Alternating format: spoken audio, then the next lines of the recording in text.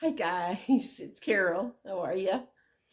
It's almost 2 in the morning and I was just up with my head hurting so bad. So I thought I'd talk to you for a while. The dogs are in here with me, but they're mad because I have the lights on. uh, I felt worse the last couple of days, so I was just gonna tell you I'm gonna, if I can get one, try to get a doctor's appointment.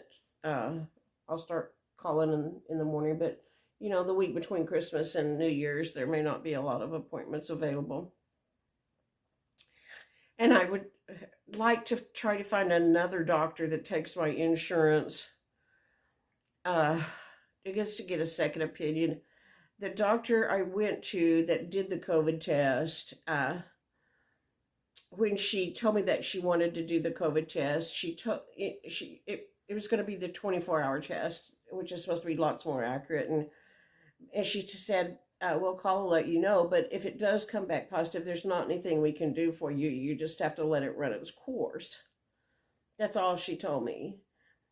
Well, I didn't question her about anything because I didn't think I had it and I didn't think I was going to get it.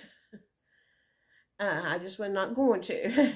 Well, then when her nurse called and told me that it was positive, I was just so stunned. I couldn't think of anything to ask her.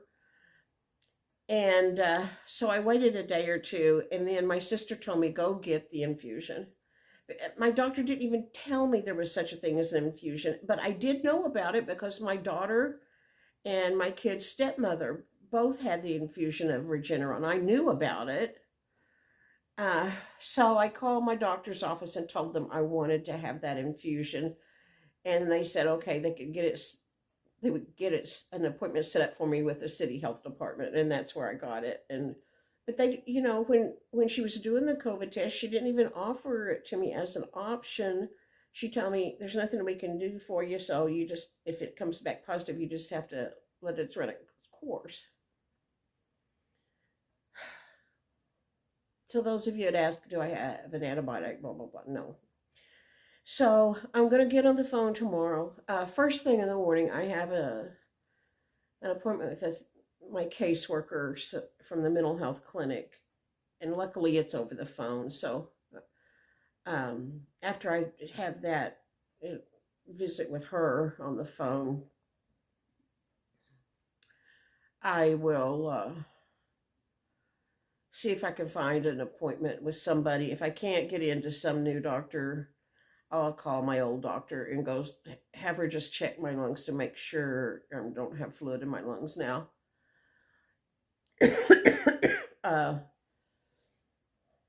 Anyway, I wanted to tell you that because some of you were very concerned, and Casey's very concerned about my lungs now. So I'm going to go try to get into a doctor this week, but that may be almost impossible, for the week of New Year's.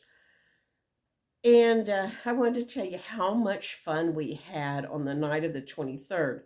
My grandkids were going to spend the night with me. Well, my granddaughter spent the night with me, and my grandson spent the night upstairs in Casey's apartment. And we went and got them after they had had dinner at home and took them to see Christmas lights. There's lots of places here to go see wonderful Christmas lights. There are just lots of neighborhoods that really do wonderful things.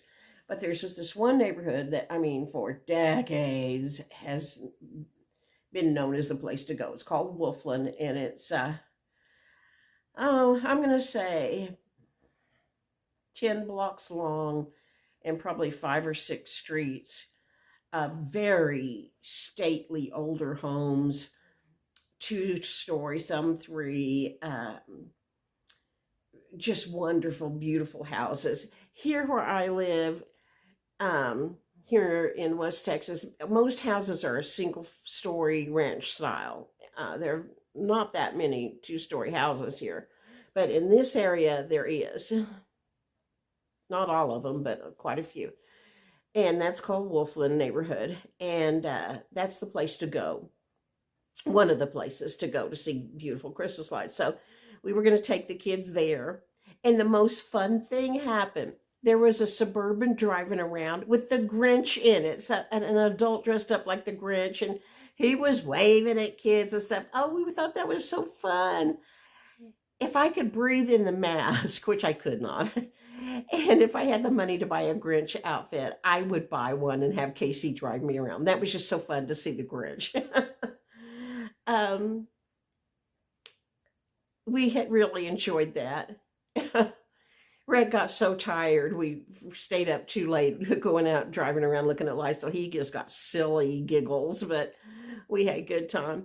But I was going to tell you about uh, my life before the very horrible, no good, very bad day when I went and had the breakdown. I used to love Christmas. I used to decorate inside my house. Uh, I never had money to do outside, but I used to decorate inside my house, and I always had a big tree. We always had to have an artificial tree because Casey's allergic to forgeries. But decorated beautiful tree, and I never had a whole lot of money. My kids, their entire lives, only had 3 presents under the tree. Or one that Santa brought in 2 packages. So that 3 was the magic number. If I got 3 presents for the kids, all 4 kids, I was doing good. Uh, but anyway, I loved Christmas music. I would play Christmas music all the time. I worked at the library, and I'm sure probably it would be way politically incorrect to do so now. But when I worked there, we could play Christmas music on a little CD player under our desk. I told every single person that came in, Merry Christmas. I just love to greet people and say, Merry Christmas. And I understand that not everybody in the world celebrates Christmas. I guess I just grew up in this little bubble of very active in church and in a Christian community where there wasn't, where the only places I've lived, there have not been a lot of people that are not of the Christian faith.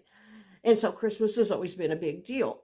But anyway, at work, we told everybody Merry Christmas. We did Christmas plays. We played Christmas music. We had Christmas decorations. And I loved it. And one of the things we did, I worked in the children's department. We would take 2 children's books that were Christmas. Now, they did have to be Santa Claus, could not be Nativity. But we would take 2 books about a Santa Claus story of some kind, like you get to read to first graders, and turn them into plays. We would do these little skits. We would send out letters inviting schools, and we would do 3 or 4 skits a day. And our room held about 250 people, our meeting room. And so we would book it till we had that many people at each thing. And we would do it for 2 or 3 weeks. It depended on the year. But that is a lot of kids to see when you see 250 at a time, at least 3 times a day for at least 2 weeks. And at times, some years we did 3. Oh, I had so much fun doing that. We would just act out these silly stories, and we would sing Christmas carols, and oh, it was so fun. That was Christmas to me after my kids weren't little bitty kids believing in Santa anymore. That was Christmas, was being able to do these skits for all these little kids. We would invite up to like 3rd grade, daycare centers up to 3rd grade, and then people could just walk in, families could come. Oh, we had so much fun doing those Christmas skits. I just can't tell you how awesome it was. That was Christmas to me. I don't know what I've already told you now. I used to wear Christmas t-shirts. I would wear a Santa Claus hat every day. We had them for the skit. I wore it all day long. I would take jingle bells and lace in my shoelaces. We could wear athletic shoes, and I laced jingle bells in my shoelaces so when I walked, I jingled. A jingle bell is such a happy sound to me, don't you think? And I was allowed to do that. Uh, Christmas was just wonderful back before the terrible, horrible, no good, very bad breakdown day. And then that was in 2010, and I haven't decorated much since then. This was the year that I felt the best, and I was going to do cookies and breads and Christmas candies and decorate, and I didn't get any of it done. But at least I wanted to this year. Um, Taylor's 11. Her entire life, I've had a tree for them here at my apartment at least 2 or 3 years, but just put the tree up, not a whole lot of anything else. But this year I was ready to go all out and get everything out and decorate, but didn't get it done. But, December 25th is just a day somebody picked. We may celebrate Christmas and have Christmas decorations up in January and celebrate for how many ever days we want. We won't have gifts again, but you know what my kids used to do when they were little? It wasn't Christmas, it was birthdays. Becky and Casey, the boys didn't do it so much, but Becky and Casey, I was the mom that saved every bit of, don't rip that paper up off the package, take it off carefully, save the bows. This was back before gift bags. We would save the birthday wrapping papers from birthdays. And every day, year round, sometime during the day, they would decide to have a birthday party. And they would get a toy from their room and wrap it up. Back then, masking tape used to be super cheap. And I always kept a roll of masking tape because they could get that with their little fingers. They could get that off and didn't have that a sharp, Scotch tape has got the little sharp teethy thing that you tear it on. Well, masking tape they could tear with their fingers and not get hurt. So I always kept a roll of masking tape with the old used birthday paper. And every day, sometime during the day, they'd decide to have a birthday party. So they would find a toy in the bedroom, wrap it up for each other, and give each other birthday presents. Oh, we had fun doing that. All the time. But anyway, I have lost my train of thought. The brain fog, the brain fog is taking over. But anyway, I wanted to tell you, we had such a good time going to see lights with Rhett and Taylor and seeing the Grinch. I'm going to try to get a doctor's appointment because I just feel so horrible.